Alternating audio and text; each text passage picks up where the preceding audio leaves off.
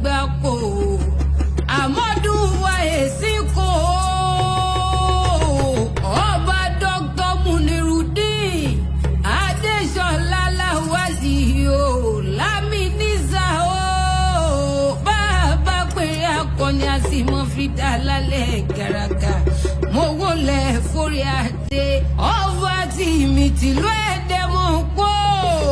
mo súnmọ́ bá níwọ̀n ègbèje mo jìnnà sọ́ba lébè mẹ́fà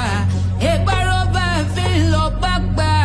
àwẹ̀ níwọ̀n òjẹ́rò rí àdèmí o ọba mọ́ pa mi ò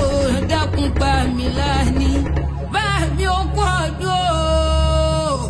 àádọ́rin ọdún lórí òkè pé kì máa ìṣe kéré mi rárá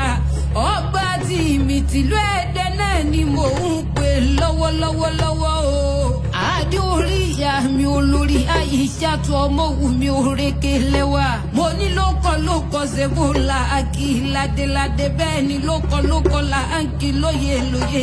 dákun mọ́ bínú bá mi pé mo bọ́ lóye mo pé ọlọ́kọ ẹ kú ọdún ẹ kú ìyèdùn iye bí ọdún bá ti dé òpèrè kó àmàwọ̀ tuntun bọ̀ wá sílé ayé ẹ kú ọdún ẹ kú àṣeyẹ kú ayẹyẹ orí kádùn ebó lọ́dún ní mọ́mọ́dún rẹ̀ lọ́dún o oyin ló mọ tiẹ̀ láfárá òjò lámọ̀ tiẹ̀ lápá èkúkú sí mọ́dún tiẹ̀ lálárèrè onílò ní jẹ́ ní abẹ́ lọ́wọ́ ẹ̀.